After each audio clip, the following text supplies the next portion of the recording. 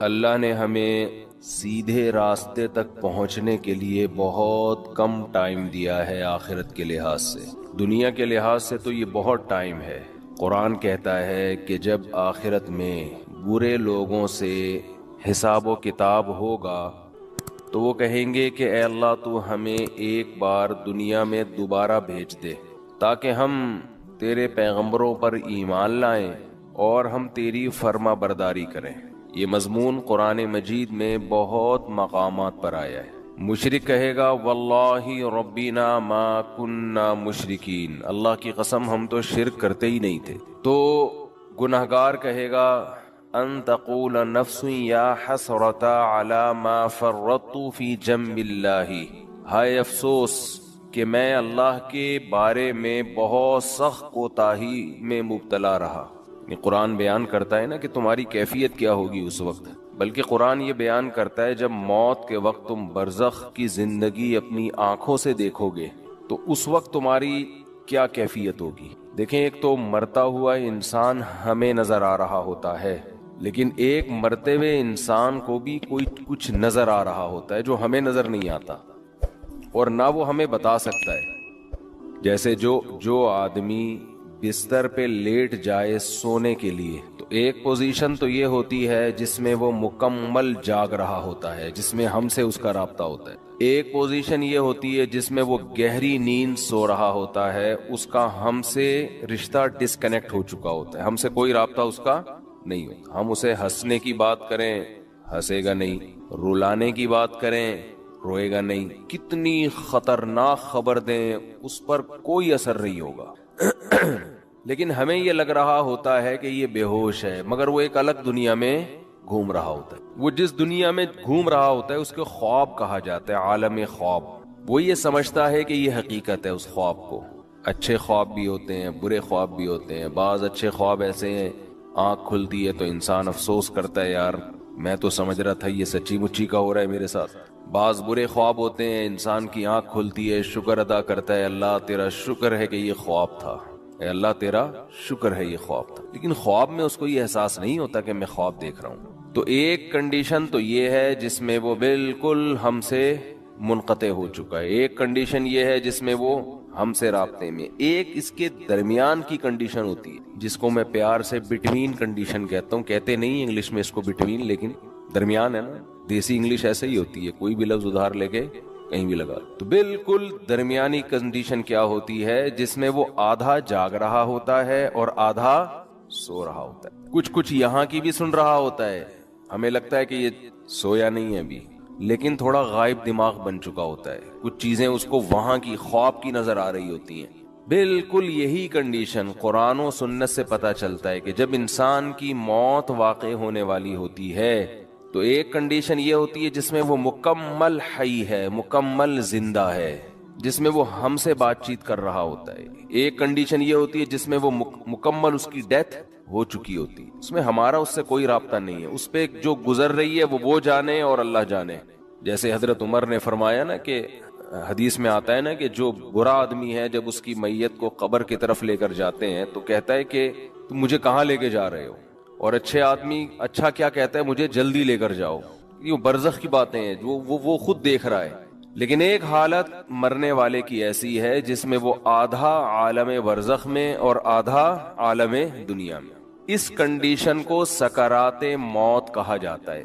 سمجھ رہے ہیں بات کو؟ کیونکہ یہاں شرعی احکام چینج ہو جاتے ہیں۔ شریعت میں کچھ احکام ایسے ہیں کہ ابھی اس کا حکم کچھ اور ہے، مرنے کے بعد کچھ اور ہے۔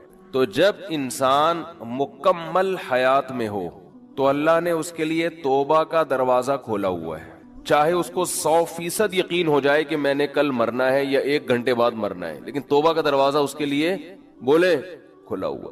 ایک آدمی نے ساری زندگی گناہوں میں گزاری، کفر میں، الحاد میں، شرک میں، خدا کا انکار کرتا رہا، اللہ کے ساتھ شرک کرتا رہا، شراب پیتا رہا، زنا کرتا رہا، 90 سال گزار دیے اس نے۔ اب اسے ڈاکٹروں نے بتایا کہ آپ کی ڈیتھ ہونے والی ہے، آپ کینسر کے مریض ہیں، آپ کا زہر یہاں تک پھیل گیا ہے، یا کوئی اور بیماری ہے جس میں زہر پھیلتا ہے، یہاں تک پھیل گیا کہ 24 گھنٹے میں کے اندر آپ کی ڈیتھ ہو جائے گی۔ یہ بھی اب توبہ کرے گا تو اللہ اس کی توبہ قبول کریں گے، یہ اللہ کا وعدہ ہے۔ دل سے کرے توبہ، یہ والی توبہ نہ ہو کہ اگر نہیں مرا تو ٹھیک ہے پرانا اسٹائل، مر گئے تو توبہ تو کی بھی ہم نے۔ وہ بھی پھانسی والا بھی ایسا ہی ہے، 90 سال میں اس کو پھانسی کی سزا سنا دی گئی۔ یہ پھانسی والی مثال اور آسان ہے، اس کو پھانسی کی سزا سنا دی گئی اور اسے بتایا گیا کہ 6 مہینے بعد آپ کو ہینگ کر دیا جائے گا، لٹکا دیا جائے گا۔ کہ ایک شخص 90 سال کی عمر، اس کی ساری زندگی قتل میں گزری، ڈکیتیوں میں گزری، ظلم میں گزری، کورٹ نے فیصلہ کیا جو کہ نہیں کرتی عام طور پہ، لیکن کر دیا کہ اس کو پھانسی پہ لٹکایا جائے گا، 6 مہینے بعد لٹکایا جائے گا۔ اسے لوگوں نے آ کے بتایا توبہ کر لے، گناہ سے معافی، کہہ رہے نہیں کروں گا۔ وہ 6 مہینے بھی اس نے گزار دی، کفر بکتا رہا، کوئی خدا نہیں ہے، کوئی مجھے دوبارہ رہائی ملی دوبارہ یہ کام کروں گا، یہاں تک کہ 1 ہفتہ رہ گیا، پھر اسے کسی مولانا صاحب نے کہا توبہ کر لے، کہہ رہے نہیں کروں گا، پھر 1 دن رہ گیا، پھر 1 گھنٹہ رہ گیا، پھر آخر کا 1 منٹ رہ گیا۔ اسے 6 مہینے پہلے بھی یقین تھا کہ مجھے قتل کیا جائے گا، لیکن توبہ نہیں کر رہی ہے، اس چانس پہ کہ شاید رہائی ہو جائے۔ بعض لوگ زبان کے بڑے پکے ہوتے ہیں، چاہے وہ کافر ہی کیوں نہ ہو، کہتے ہیں جیسے ہم اندر سے ہیں ویسے ہی ہم باہر سے۔ جیسے نبی صلی اللہ علیہ وسلم کے چچا ابو طالب تھے نا، موت کے وقت کلمہ نہیں پڑھا، انہوں نے کہا نہیں، اب اگر میں پڑھوں گا لوگ کہیں گے ساری زندگی جس دین پر قائم رہے موت کے ڈر سے، تو میں نہیں پڑھوں گا کلمہ، جیسا جو میں ہوں اندر سے ویسا ہی میں کیا ہوں۔ ان کی ایک رائے تھی کہ میں جیسا رہا ہوں ویسا ہی رہوں گا میں۔ ہمارے نبی کو بہت افسوس ہوا، بہت غم ہوا، اللہ نے فرمایا انک لا تہدی من احببت، اے محمد صلی اللہ علیہ وسلم جس سے آپ کو محبت ہے، ہدایت کا اختیار آپ کے ہاتھ میں نہیں ہے۔ یہ نہیں کہ آپ کو جس سے محبت ہے آپ اس کو ہدایت بھی دے دیں، یہ نہیں ہو سکتا۔ ہدایت تو جو چاہے گا اسے ملے گی، اور یہ اللہ کے ہاتھ میں ہے۔ حضرت بلال کا نبی سے کوئی رشتہ نہیں، غلام، رنگ بھی سیاہ، قوم بھی الگ، غلام، ان کو ہدایت مل گئی، چاہت تھی ان کے دل میں، طلب تھی۔ تو بعض ایسے ہوتے ہیں کہ وہ اقرار نہیں کرتے، وہ کہتے ہیں موت کے وقت بھی ہم نہیں، حالانکہ موت کے وقت ان کو یہ ہوتا ہے کہ شاید اسلام نے جو کچھ کہا ہو وہ سچ کہا ہو، لیکن وہ کہتے ہیں نہیں، جس پہ ہم زندگی میں رہے اسی پہ رہیں گے۔ تو یہ جو 90 سالہ شخص تھا جس نے سینکڑوں انسانوں کو قتل کیا، ہزاروں کو قتل کیا، خدا سے بغاوت کی، اللہ کے وجود کا انکار کیا، اس سے بڑا مجرم دنیا میں کوئی نہیں ہو سکتا تھا۔ اسے بتایا گیا 6 مہینے بعد تمہیں لٹکا دیا جائے گا۔ لوگوں نے کہا توبہ کر لے، اس نے کہا کہ نہیں، کیونکہ اس کو یہ تھا کہ شاید میں رہا ہو گیا، 1% چانس ہے، تو میں نے تو وہ بدماشیاں دوبارہ کرنی ہے، پھر میں کس منہ سے لوگوں کے پاس جاؤں گا؟ لوگ کہیں گے اچھا پہلے اسلام باطل تھا اب اسلام صحیح ہو گیا، تو اس نے ڈیلے کی، اس نے کہا نہیں، یہاں تک کہ اس کو لٹکانے میں 1 منٹ باقی ہے، 1 منٹ، اس کو یقین ہو گیا میری زندگی صرف کتنی دیر کی ہے، 1 منٹ کی۔ اب رہائی کی تمام اپیلیں مسترد ہو چکی ہیں، لیکن ہے پورا زندہ، ابھی عالم برزخ کو اس نے اپنی آنکھوں سے دیکھا نہیں۔ اب اگر یہ توبہ کر لے، بالکل پھانسی کے پھندے کی طرف جا رہا ہے، اس کو جلاد لے کے جا رہا ہے لٹکانے کے لیے، یہاں تک کہ اس ٹول پہ اس کو کھڑا کر دیا، این اس وقت بھی اگر یہ توبہ کرے گا تو اللہ کا وعدہ ہے اس کی توبہ اللہ قبول کرے گا۔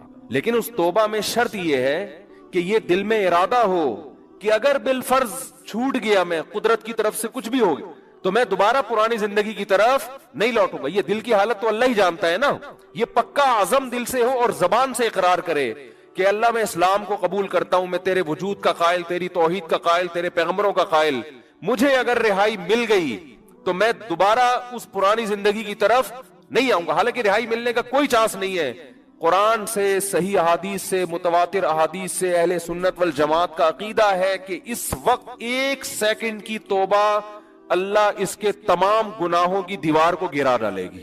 وجہ کیا ہے؟ اس نے ابھی تک آخرت دیکھی نہیں ہے۔ اللہ اس کو بخشنے کا بہانہ کیا تلاش کرے گا؟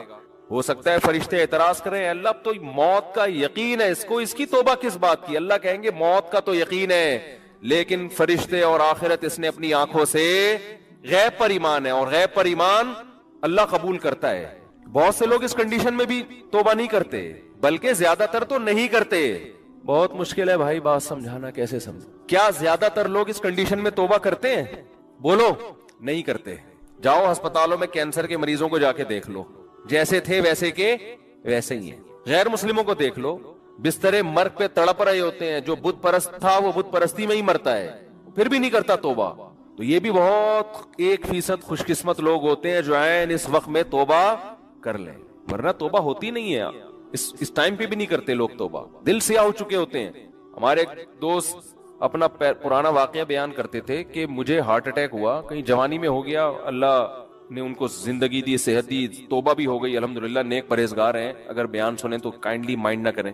میرے بھائی، اللہ کا قانون یہ ہے کہ جب تک اپنی آنکھوں سے موت کے فرشتے نظر نہ آئیں اس وقت تک اللہ نے توبہ کا آپشن رکھا ہوا ہے، اور جب یہ منظر آپ نے اپنی آنکھوں سے دیکھ لیا، اللہ کہتے ہیں بیڑیاں رگڑتا رہے گا، کلا انہا کلمۃ ہوا قائلھا، توبہ کا کلمہ تیری زبان سے نکلا ہوا ایک کلمہ ہے جو ہوا میں تحلیل ہو کے ختم، اللہ کے ہاں اس کی کوئی ویلیو نہیں ہے۔ نبی صلی اللہ علیہ وسلم نے فرمایا کہ جہنم کی آگ سمندر کا پانی خوش نہیں کر سکتا، حدیث کا مفہوم ہے، لیکن 2 قطرے جہنم کی آگ کو ٹھنڈا کر دیتے ہیں۔ ایک اللہ کے راستے میں شہید ہوتے ہوئے جو شہید کے خون کا پہلا قطرہ زمین پہ گرنے سے پہلے اس جہنم کی آگ کو اللہ ٹھنڈا کر دیتے ہیں۔ ایک اللہ کے خوف سے رویا ہوا آنسو، کیا زبردست مثال ہے، اتنا سا آنسو ہے لیکن اللہ جب تک زندہ ہیں آپ، اس آنسو کی اللہ کی نظر میں ایسی ویلیو ہے کہ یہ جہنم کی بھڑکتی ہوئی آگ کو ٹھنڈا کرنے کے لیے کافی ہے۔ تو بھائی خوش قسمت وہ ہے جو موت سے پہلے پہلے توبہ کر۔ اب آپ یہ نہ سوچیں کہ یار ٹھیک ہے آخری پھندے تک لٹکنے تک آخری منٹ میں بھی توبہ قبول ہوتی ہے تو ڈیلے کر لو، تو یہ دو گڑبڑے کا اندیشہ اس میں۔ نمبر 1، آپ کو کیا پتا کہ آپ کس وقت مریں گے، آپ کا آخری منٹ کب آئے گا؟ سمجھتے ہو؟ پھانسی کے مجرم کو تو پتا ہوتا ہے لٹکنے والا ہوں، ہر موت مرنے والے کو یہ پتا نہیں ہوتا۔ دوسری بات یہ کہ مشاہدے پر مبنی یہ حقیقت ہے، جو موت کی وجہ سے توبہ کو ڈیلے کرتا ہے ایسے لوگوں میں اکثر توبہ نہیں کرتے۔ آپ دیکھ لو غیر مسلموں میں جوانی میں توبہ کرنے والے، اسلام قبول کرنے والے زیادہ ہیں، بڑھاپے میں اسلام قبول کرنے والے کم ہیں۔ حالانکہ جوانی میں غیر مسلم بننے میں عیاشی زیادہ ہے، بڑھاپے میں تو ویسے ہی عیاشی نہیں ہے نا، لیکن اس کو تو فائدہ ہی فائدہ ہے، بوڑھے آدمی کو اسلام قبول کر لے، توبہ کر لے، بھائی اب تو کچھ تیری زندگی تو گزر گئی عیاشیوں میں، اب تو جائے گا جنت میں، لیکن دل ایسا سخت ہو جاتا ہے وہ نہیں کرتا۔ جوان آدمی وہ جلدی کر لیتا ہے، حالانکہ اس کو قربانی زیادہ دینی پڑ رہی ہے۔ آپ دیکھ لو دنیا میں توبہ کرنے والے جوان آپ کو زیادہ ملیں گے، بوڑھے ہیں لیکن کم ہیں۔ اسی طرح توبہ کرنے والوں، اسلام قبول کرنے والوں میں جوان غیر مسلم زیادہ ہیں، بوڑھے کم ہیں۔ تو اس لیے کبھی بھی اس حماقت پہ توبہ کو ڈیلے نہیں کرنا چاہیے کہ مہلت تو اللہ نے دی ہوئی ہے۔ اور دوسری بات، جتنی جلدی توبہ کرو گے خیر اور برکتیں اتنی زیادہ ہوں، آپ نیکیاں زیادہ کما لو۔ ٹھیک ہے کوئی غیر مسلمین آخری وقت میں مسلمان ہو رہا ہے، توبہ کر رہا ہے، گناہ معاف ہو گئے، لیکن نیکیوں کا موقع اس کو بہرحال، ٹھیک ہے اللہ اس کو جنت میں داخل کر دیں گے، لیکن وہ زیادہ اونچے درجات تک نہیں جا سکتا۔ وجہ اس کی یہ کہ اس کے اعمال میں وہ اتنی خیریں ہیں نہیں کہ جو شخص زندگی بھر اپنے اعمال میں خیر ڈالتا رہا، تو آج آپ توبہ کریں گے، آپ کے پاس پوری زندگی یہ خیر پھیلانے کے لیے، اپنے اعمال میں نیکیاں جمع کرنے کے لیے ڈیلے کریں گے تو آپ کے پاس نیکیاں کمانے کا ٹائم کم رہے گا۔ سورہ معارج کی ابتدا ہوئی 29ویں پارے کی یہ سورت ہے۔ اس میں اللہ نے نبی صلی اللہ علیہ وسلم پر ایک اعتراض ہوتا تھا اس کا تذکرہ کیا، اور یہ اعتراض قرآن میں بار بار ریپیٹ کیا گیا ہے کہ اے نبی آپ کہتے ہیں کہ موت کے بعد زندگی ہے، قیامت ہے، یہ سب تباہ ہو جائے گا، تو یہ کب ہوگا؟ تو اللہ نے بتایا کہ اس کا علم اللہ کے سوا کسی کے پاس نہیں، ہاں یہ ہوگا ضرور، اور ایک دن تمہیں حساب و کتاب کے لیے اللہ کے سامنے حاضر ہونا ہے، یہ لازمی ہوگا۔ ایسا ہو نہیں سکتا کہ تم سے تمہارے بارے میں پوچھا نہ جائے کہ تم نے اچھا کیا یا برا کیا، یہ نہیں ہو سکتا کہ ایسے ہی چھوڑ دوں گا۔ ام نجعل المتقین کالفجار، یہ کیسے ممکن ہے کہ جو اچھا بن کے آئے اور جو برا بن کے آئے دونوں کو میں سیم کر دوں، مار کے مٹی کر کے ختم کر دوں؟ میری عدالت میں ایسی دھاندلی نہیں ہو سکتی، یہ ہو نہیں سکتا۔ سورہ واقعہ میں اللہ نے فرمایا کہ مجھے سب سے اہم جو آیت لگتی ہے نا قیامت کے بارے میں سورہ واقعہ کی لگتی ہے، یہ عجیب ایک کیفیت ہوتی ہے اسے پڑھ کے۔ اللہ تعالیٰ جب مردوں کو قیامت میں زندہ کریں گے نا اور حساب لیں گے تو انسان کو توقع نہیں ہوگی کہ یہ بھی ممکن تھا۔ ہم تو یہ سمجھ رہے تھے آئے لوگ پیدا بھی ہوتے ہیں، جیتے بھی ہیں، مرتے بھی ہیں، ختم ہو جاتے ہیں، تو ہم تو یہ سمجھ رہے تھے بس ایسا ہی ہے، یہ کیا ہو رہا ہے؟ ہم تو کچھ اور سمجھ رہے تھے، ہم تو سمجھ رہے تھے کہ بھائی جس نے دنیا میں نوٹ چھاپ لیے ٹھیک ہے بہترین ہے، امریکہ چلا گیا اور باہر کے ویزے لگ گئے اس کے، یا نیشنلٹی مل گئی تو سبحان اللہ وہ تو جنت الفردوس میں چلا جائے گا، یا جس کی صحت اچھی ہو گئی، یا وہی جو آج کل کامیابی کے معیارات سمجھے جاتے ہیں، تو ہم نے یہ تو سوچا ہی نہیں تھا کہ ہمارے اصل جو مسائل ہیں وہ یہ نہیں ہے، ہمارے اصل مسائل کچھ اور ہیں. تو پوری دنیا کے اصل مسائل کیا ہے پتہ ہے؟ پوری دنیا میں کس پہ بحث ہو رہی ہے؟ ڈپریشن کا علاج کیا ہے، اسٹریس کا علاج کیا ہے، ٹینشن سے کیسے باہر نکلیں، لائف کو اچھا کیسے بنائیں، صحت کن چیزوں سے اچھی ہوگی. پھر میاں بیوی کے مسائل، ہر دوسرا ڈاکٹر آپ کو پتہ ہے وہ سجیشن دے رہا ہوتا ہے، اس رشتے کو توڑنے سے بچانے کے لیے یہ کریں، جوڑنے کے لیے یہ کریں، برداشت کرنا سیکھیں. تو پوری دنیا گھوم پھر کے پھر سیاسی معاملات، اگلی دفعہ کون آ رہا ہے، سیاسی لیڈر بھی یہی باتیں کر رہے ہوتے ہیں، مہنگائی ختم کروں گا اور آپ کے لیے ہسپتال بناؤں گا، آپ کے لیے اچھے اسکول بناؤں گا، آپ میں اور جاپانیوں میں کوئی فرق نہیں رہے گا. ایک دن آئے گا پاکستان اور جاپان سیم، ہماری ٹرینیں ٹائم پہ چلیں گی، ٹائم پہ پہنچیں گی، گٹر کے ڈھکن لگ چکے ہوں گے، کسی کو ڈھکن کی شکایت نہیں ہوگی، چرس ختم ہو جائے گی، امن امان شانتی. پھر ہم مریخ اور چاند اور ستاروں پہ کمندے ڈالنے کی بات کریں گے. ونس اپون اے ٹائم ایسا ہوگا، پھر آپ کی آنکھ کھل گئی، وہ ایک الگ بات. لیکن بہرحال یہ دنیا اسی کا نام ہے. تو جب قیامت قائم ہوگی نا، لوگ مردے جب اٹھیں گے قیامت کے دن، کہیں گے یہ کیا ہو گیا بھائی، یہ تو مسائل ہی کچھ اور نکلے ہیں بھائی. ہم جن چیزوں کو سمجھ رہے تھے کہ یہ مسائل ہیں، ہر آدمی کے اپنے مسائل ہیں نا، کسی کے 4 مسائل ہیں، کسی کے یعنی استغفر اللہ، پھر تو نہیں یہ میری منہ سے کیسا نکل جاتا ہے، یعنی مختلف لوگوں کے مختلف قسم کے مسائل ہیں. 4 خوشیاں ہیں، سوری مسائل کہہ دیا میں نے. تو مختلف لوگوں کے مختلف قسم کے مسائل ہیں. ہم تو سمجھ رہے تھے کہ یہی ہے، کیونکہ ہمارا جو سارا دن گزرتا ہے نا انہی مسائل کے گرد گھومتا ہے. حتیٰ کہ اب حج عمرہ بھی اسی چکر میں ہو رہا ہے. عمرہ کریں گے وہاں دعائیں قبول ہوتی ہیں تو شاید بیٹیوں کے رشتہ ہو جائے. عمرہ کرتے ہیں وہاں دعائیں قبول ہوتی ہیں، شاید کوئی اچھی جاب لگ جائے. عمرہ کریں گے دعائیں قبول ہوتی ہیں. اب تو سہروزے میں بھی لوگ اس چکر میں نکل رہے ہیں. ایک صاحب نے مجھے بتایا کہ یار سہروزے میں تجربہ ہے، دعائیں قبول ہوتی ہیں. تو میں کسی نے مشورہ دیا ہے کہ سہروزے میں نکل کے جاب کی دعا مانگو. تو میں سہروزے میں جا رہا ہوں، جاب کی دعا مانگوں گا. میں نے کہا چلو کسی بہانے کوئی اچھا کام کرے. تو مسائل بالکل ہمارے الگ ہیں. لیکن پتہ ہے کیا ہے، جب قیامت قائم ہوگی، دیکھو ایک بیچارے کینسر کے پیشنٹ آئے ابھی مجھ سے نا، نماز سے تھوڑی دیر پہلے ملے، شاید آپ لوگوں نے بھی دیکھا ہو کس قدر موت زندگی کی کشمکش میں. ایک جوان آدمی، 40 سال عمر ہے ان کی، اور کس ہڈیوں میں کینسر جا کے کیسا گھل گیا ہے. آپ نے شاید بہت سے لوگوں نے دیکھا ہو. بھی میں کیا تسلی کا جملہ کہتا اس کو، یہی ہے بھائی کہ یہ دنیا اصل ہے ہی نہیں. تمہیں اللہ نے اسی میں جنت کمانے کا موقع دے دیا، صبر کرو.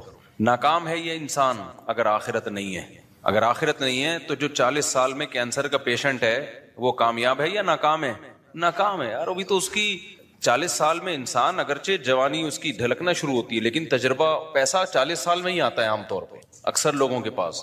کسی اچھی پوسٹ پہ پہنچ جاتے ہیں وہ ترقی کرتے کرتے. بات سے بات نکلتی ہے، کیا کریں. ایک بات یہاں بھی یہ رکھو، خواتین میرے بہت خلاف ہو گئی ہیں آج کل، سننا بھی چھوڑ دیا ہے. احمد بھائی نے بولا خواتین بالکل مارکیٹ سے شارٹ ہوتی جا رہی ہیں بیان میں. وہ سمجھتی ہیں میں ظالم ہوں، میں عورتوں کے حقوق کا محافظ نہیں ہوں، میں عورتوں کو برباد کر رہا ہوں. میں برباد نہیں کر رہا، میں بیلنس بات کرتا ہوں. ہمارے یہاں کچھ مذہبی اسکالر، کیونکہ عورت ہے کمزور سوسائٹی میں، اس میں تو دو رائے نہیں ہو سکتی. عورت کمزور ہے، فزیکلی بھی کمزور ہے، مینٹلی بھی اس میں وہ برداشت نہیں ہے. اس کی کمزوری کا ناجائز فائدہ اٹھا کے مرد ظلم بھی کرتے ہیں، یہ بات حقیقت ہے. لیکن اب چونکہ ہے کمزور نا، تو اب ہمارے بعض مذہبی اسکالرز نے ہر چیز میں عورت کو فیور دینا شروع کر دیا ہے. نفسیات سمجھ گئے نا کیا ہے؟ کیونکہ غریب کو آپ جب بھی یا کمزور کو جب بھی فیور دیں گے نا، لوگوں کی فین فالوئنگ بڑھے گی، وہ آپ کی طرف آئیں گے. جیسے ایک ریوو والا یا لینڈ کروزر والا جا رہا ہے اور ایک بائک والا آ کے خود ہی کمبخت ٹکرایا اس سے، غلطی کس کی ہے؟ بائک والے کی.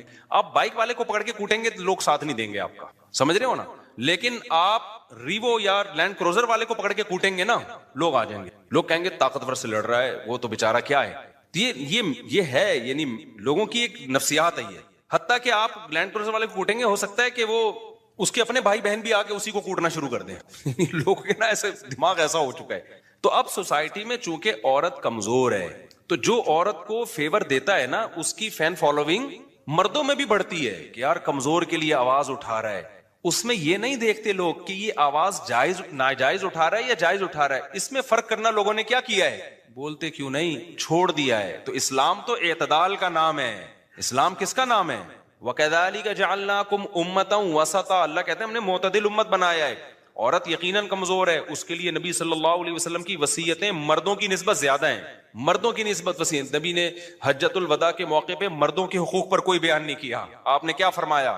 عورت کے ساتھ اچھا سلوک ہو. کس کے حقوق کو آپ نے ہائی لائٹ کیا؟ عورت کے حقوق کو ہائی لائٹ کیا. تو جگہ جگہ ہمیں ملتا ہے تم میں سب سے بہتر وہ ہے جو کس کے ساتھ اچھا ہے؟ اپنے گھر کی خواتین کے ساتھ، عورتوں کے ساتھ، ان کے ساتھ اچھا ہے.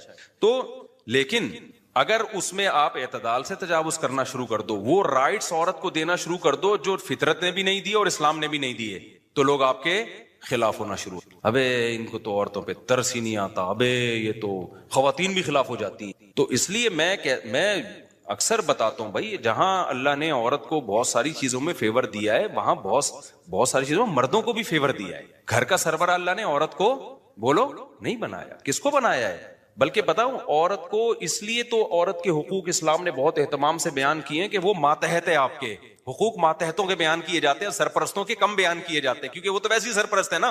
نہیں آئی میرا خیال ہے بات سمجھ میں؟ وہ تو ویسے ہی کیا ہے، تو جو پاورفل ہوتا ہے نا اس کو کہا جاتا ہے کمزور کی مدد کرو. اب ہمارے ہاں کمزور کو پاورفل بنایا جا رہا ہے، اس سے سارا نظام فطرت چینج ہو جائے گا. یعنی ایسے رائٹ اس کو دینا شروع کر دیں کہ وہ مرد کو لگے کہ میں بیوی ہوں اور یہ میاں ہیں، تو پھر معاملہ کیا ہو جائے گا. اب جو اسکالرز آ رہے ہیں نا جو کہہ رہے ہیں عورت پر شوہر کی خدمت نہیں ہے، عورت پر گھرداری نہیں ہے، عورت پر یہ نہیں ہے، عورت پہ وہ نہیں ہے، تو وہ تو عورت کا بیڑا غرق کر رہے ہیں. وجہ اس کی یہ ہے کہ جب مرد دیکھے گا کہ اس میں اور میرے میں کوئی فرق رہا نہیں ہے تو عورت رکھے گا ہی نہیں. وہ کہے گا یار پھر منہ کالا کرو، ادھر ادھر جا کے ٹینشن پالنے کی ضرورت کیا ہے. اب ہمارے یہاں لبرل انٹیاں بولتی ہیں کہ نہ رکھے، ہم لائف کو انجوائے کریں گے، نہ رکھے. تو جو لبرل انٹی ہے نا وہ کہتی ہیں نہ رکھے نا، ہم تو اپنی جاب کر رہی ہیں نا. تو لبرل انٹیوں ہی کے تو سارے مسائل ہیں، یہ کتنے ہم تو جاب کر رہی ہے. تو بھائی یہ آپ کے دماغ میں کسی نے غلط سافٹ ویئر ڈال دیا کہ آپ کو آدمی کی ضرورت نہیں ہے. آپ کو پھر بھی بندہ رکھنا پڑے گا. وہ شوہر نہیں ہوگا تو بوائے فرینڈ ہوگا. اور بوائے فرینڈ کا حشر، ابھی میں نے آسٹریلیا میں ایک واقعہ سناتا ہوں. میں نے ولاگنگ میں کچھ چیزیں دکھائی نہیں نا، بتا نہیں سکتے تھے. جو بوائے فرینڈ جو حشر کرتا ہے نا وہ شوہر سے زیادہ برا حشر کرتا ہے. ٹھیک ہے آپ کے بوائے فرینڈ کی اطاعت لازم نہیں ہوتی، شوہر کی اطاعت لازم ہوتی ہے، لیکن شوہر پہ حقوق ذمہ داری اللہ نے بہت ڈالی ہیں. تبھی کہا ہے کہ اس کی مان کے چلو، اس فضول آدمی کی تو اس کی مان کے چلو. تو ابھی آسٹریلیا میں ہمارے دوست نے بتایا کہ ایک لڑکی آئی اس کے پاس اور کہنے لگی میرے بوائے فرینڈ نے طبیعت سے مجھے استعمال کیا ہے، اس کے بعد مجھے ٹیشو پیپر کی طرح بولو. یہ ایک دوسرا پہلو ہے سوسائٹی کا جو ولاگنگ میں نہیں آتا. ٹھیک ہے نا، ولاگنگ میں ٹرینیں آ رہی ہیں، ایک سیکنڈ لیٹ نہیں ہو رہی. ایک سیکنڈ ٹرین جاپان کی بہت واقعی بڑا خاندانی قسم کا اسٹیشن تھا، یوں بل کھاتی ہوئی ایسی ٹرینیں. لیکن دوسرا پہلو ہے جو بہت ہی بھیانک پہلو ہے سوسائٹی. اتنا بھیانک پہلو ہے کہ آپ کی سوچ، اتنا خطرناک پہلو ہے. لیکن چونکہ اگر کوئی شخص لنگڑوں میں پیدا ہو نا تو وہ سمجھے گا کہ دنیا میں سارے لنگڑے ہی ہوتے ہیں. دیکھو ایک آدمی کی ناک کٹ گئی، وہ ناک والوں میں آئے گا، بولے گا بھائی سب کی ہے میری نہیں ہے، تو احساس کمتری میں جائے گا کہ نہیں جائے گا. لیکن جب پیدا ہوا ایسے لوگوں میں جن کی سب کی کٹی ہوئی تھی تو وہ اپنے آپ کو کیا سمجھے گا؟ جو ناک والا آئے گا نا اس کو سمجھے گا یہ تھوڑا سا ایب نارمل لگ رہا ہے. کیا خیال ہے یہ کیا لگ رہا ہے؟ یہ بندہ مجھے ٹھیک نہیں لگ رہا، پتہ نہیں تھوڑا سا کیا نکلا ہوا اس کے. جو لنگڑوں میں پیدا ہوا سارے ہی پولیو کے مریض تھے، بچپن سے لنگڑے تھے، اس کو یہ احساس ہوگا کہ میرے اندر عیب ہے. وہاں تو دو ٹانگوں پہ کوئی چلتا ہوا آئے گا، بولے گا بھائی یہ کوئی جادو تو نہیں ہے، کوئی بیماری تو نہیں ہو گئی، یہ کیا ہو گیا اس کو. تو اس سوسائٹی کا یہ حال ہے. کچھ ٹینشنیں ڈپریشنیں انتہائی ڈینجرس ہیں، لیکن چونکہ اس میں ہر گورا مبتلا ہے تو وہ یہ سمجھتے ہیں کہ یہ زندگی اسی کا نام ہے. ان کو نہیں پتا کہ بھائی یہ